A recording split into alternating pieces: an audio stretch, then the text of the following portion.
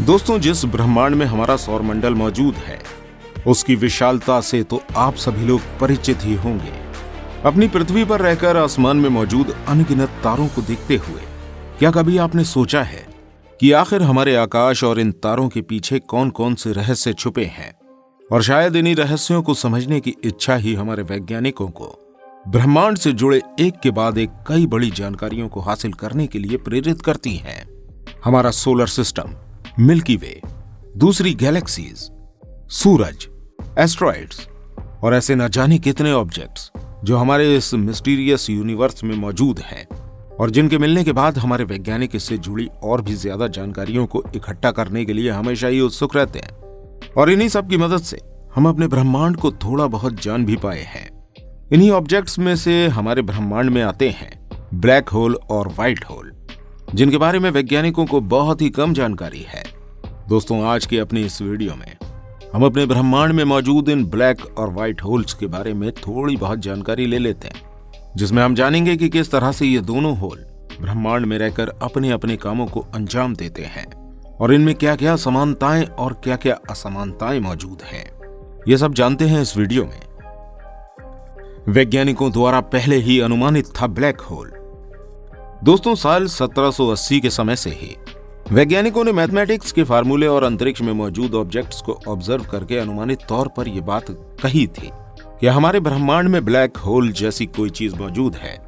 और वैज्ञानिकों को इस पर रिसर्च करने के लिए ये आधार दिया था जॉन मिचेल नाम के एक फेमस फिलोसोफर ने।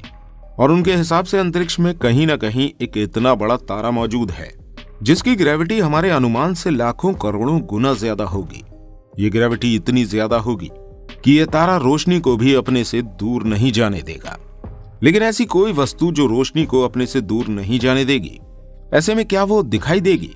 ये सवाल जॉन मिचेल द्वारा खुद ही अपनी रिसर्च के लिए तैयार किया गया था।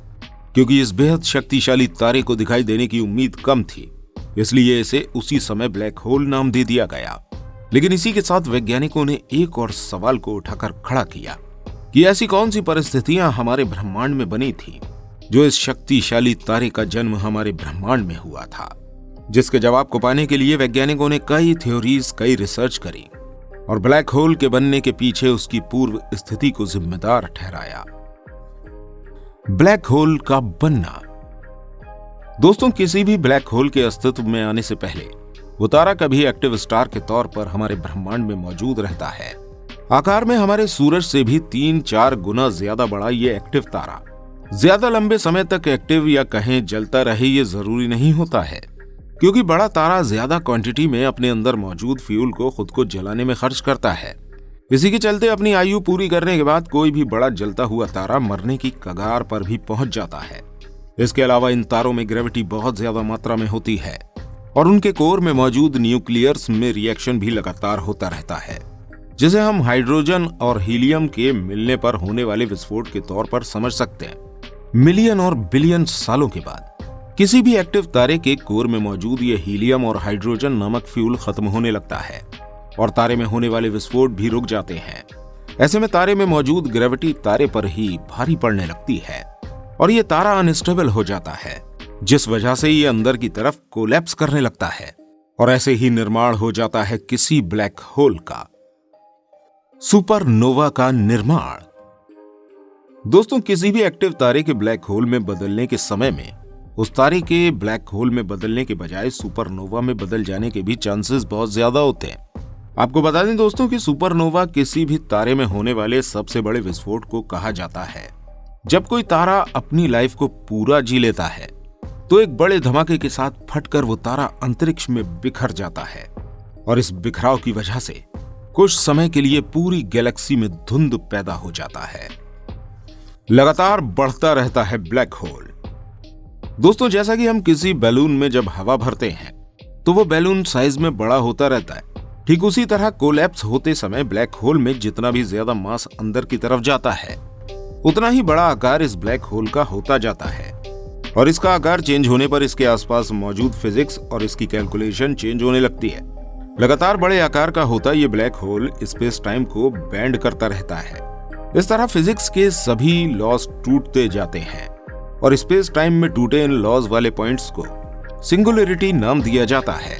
आपको बता दें दोस्तों कि ब्लैक होल में मौजूद ग्रेविटेशनल फोर्स इतना ज्यादा होता है कि इसके आसपास मौजूद जो भी ऑब्जेक्ट, यहाँ तक कि लाइट तक अगर इसके अंदर जाती है तो वो रिफ्लेक्ट होकर वापस नहीं लौट पाती है। वो सीमा जहां से ब्लैक होल अपना काम शुरू कर देता है उसे इवेंट होराइजन कहा जाता है। इस तरह आप जान लीजिए कि ब्लैक होल के इस सीमा यानी कि इवेंट होराइजन के पास अगर कोई भी ऑब्जेक्ट, प्लेनेट या फिर लाइट जाती है तो फिर वो कभी भी लौट के वापस नहीं आ पाती है। वैज्ञानिकों ने ढूंढ लिया है एक लाइव ब्लैक होल। दोस्तों सबसे पहली बार हमारे वैज्ञानिकों ने साल 1971 में एक ब्लैक होल का सबूत ढूंढा था और इसके पूरे 50 साल बाद वैज्ञानिक एक लाइव ब्लैक होल को ढूंढने में सक्सेसफुल हो पाए हैं। उन्होंने इसकी फोटो को भी सभी के लिए रिलीज किया है, जिससे उन्होंने ये साबित कर दिया है कि पिछले 300 सालों पहले लगाया गया ये अनुमान और उस पर की जाने वाली रिसर्च और खोजें वेस्ट नहीं गई हैं। ब्लैक होल की सर्चिंग में वैज्ञानिक काफी आगे निकल चुके हैं, क्योंकि उन्होंने अब तक ब्लैक होल की 4 तरह की कैटेगरीज ढूंढ ली हैं। उनके हिसाब से हमारे अंतरिक्ष में 4 तरह के ब्लैक होल घूम रहे हैं, जिनमें 2 तरह के ब्लैक होल काफी ज्यादा संख्या में मौजूद हैं, स्टेलर ब्लैक होल और सुपर मैसिव ब्लैक होल्स, जिनमें सेलेस्टर ब्लैक होल्स वो ब्लैक होल होते हैं जिनका मास हमारे सूरज के मुकाबले लगभग 20 गुना ज्यादा होता है और ये अपने अंदर ही कोलैप्स करके बन पाते हैं, जबकि सुपर मैसिव ब्लैक होल्स हमारे सूरज से करोड़ों गुना ज्यादा बड़े होते हैं। लगभग हर गैलेक्सी के केंद्र में एक सुपर मैसिव ब्लैक होल को पाया गया है। आपको बता दें दोस्तों कि हमारी गैलेक्सी मिल्की वे के केंद्र में पाए गए ब्लैक होल को सजिटेरियस ए नाम दिया गया है, जो लगभग 4 मिलियन सूरज के बराबर मास का है। तो दोस्तों इन शॉर्ट आप समझ गए होंगे कि हमारे ब्रह्मांड में मौजूद एक ब्लैक होल आकार में बड़े होने के साथ ही ग्रेविटी में इतने अधिक होते हैं कि प्लेनेट को क्या, लाइट भी उनसे बाहर नहीं निकल सकती है और ये अपने आकार की वजह से स्पेस टाइम में मौजूद फिजिक्स को बदल देते हैं। व्हाइट होल क्या होता है? दोस्तों जैसे कि हमने आपको बताया था कि हमारा ब्रह्मांड अनंत है। इसको आप जितना जानना चाहेंगे नित नए दिन आपको इसके बारे में उतनी ही अलग जानकारियां मिलती रहेंगी। जहां एक तरफ वैज्ञानिकों ने अंतरिक्ष में मौजूद ब्लैक होल्स के अस्तित्व को प्रमाणित कर दिया है, वहीं अब उनके सामने व्हाइट होल नाम का ऑब्जेक्ट भी सवालिया निशान लिए सामने खड़ा था। दोस्तों ब्लैक होल की रिसर्च के दौरान ही हमारे अंतरिक्ष में व्हाइट होल्स के बारे में भी काफी जानकारी निकलकर सामने आई है। व्हाइट होल एक तरह से ब्लैक होल का जुड़वा भाई कह सकते हैं, जो ब्लैक होल के सभी सिद्धांतों के उलट काम करता है, क्योंकि ये व्हाइट होल हमारे अंतरिक्ष में मौजूद ऑब्जेक्ट को अपने अंदर न लेकर बाहर की तरफ छोड़ता है या फेंकता है। इस व्हाइट होल का भी अपना एक मास है, साथ ही इसमें अपनी ग्रेविटी भी मौजूद है। लेकिन आप सोच रहे होंगे कि ग्रेविटी मौजूद होने पर तो इसे सभी वस्तुओं को अपनी तरफ आकर्षित करना चाहिए था, जैसे कि ब्लैक होल और सूरज जैसे बड़े आकार और ज्यादा मास वाले ऑब्जेक्ट करते हैं। लेकिन दोस्तों व्हाइट होल ऐसा नहीं करता है और इसी वजह से वैज्ञानिक व्हाइट होल्स को लेकर काफी टेंशन में है। जिस तरह से ब्लैक होल में इवेंट होराइजन मौजूद होता है, इस तरह व्हाइट होल में भी इवेंट होराइजन मौजूद होता है, जो व्हाइट होल में एक ढाल की तरह मौजूद होता है और किसी भी वस्तु को इसके अंदर जाने नहीं देता है। दोस्तों अभी हमारे वैज्ञानिक इन व्हाइट होल्स को लेकर श्योर नहीं है और न ही उनके पास इससे रिलेटेड कोई बेस्ड थ्योरी है। उन्हें केवल अंतरिक्ष में इस तरह के किसी ऑब्जेक्ट के होने का आभास हुआ है, लेकिन ये व्हाइट होल कैसे बने, क्यों बने, इस बारे में कोई जानकारी अभी नहीं है। हालांकि इस बारे में वैज्ञानिकों ने अपने अंदाजे लगाए हैं और उन अंदाजों में से एक अंदाजा ये भी है कि जब कोई ब्लैक होल अपने जीवन को पूरी तरह से जी लेता है, तब वो अपने अंदर गई हुई सभी ऑब्जेक्ट्स को बाहर की ओर धकेलना शुरू कर देता है, जिस वजह से वो व्हाइट होल में कन्वर्ट हो जाता है।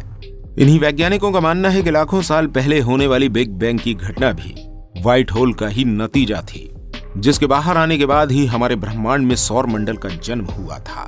कुछ वैज्ञानिकों की राय है कि ब्लैक होल और व्हाइट होल आपस में कनेक्टेड होते हैं और इस थ्योरी के हिसाब से कि यदि कोई ऑब्जेक्ट ब्लैक होल में समाता है तो वह ब्रह्मांड के सुदूर किसी कोने में व्हाइट होल में पहुंचते हुए बाहर की ओर आ जाता है। दोस्तों आपको बता दें ये केवल अभी अनुमान है, इसे अभी तक प्रमाणित नहीं किया जा सका है।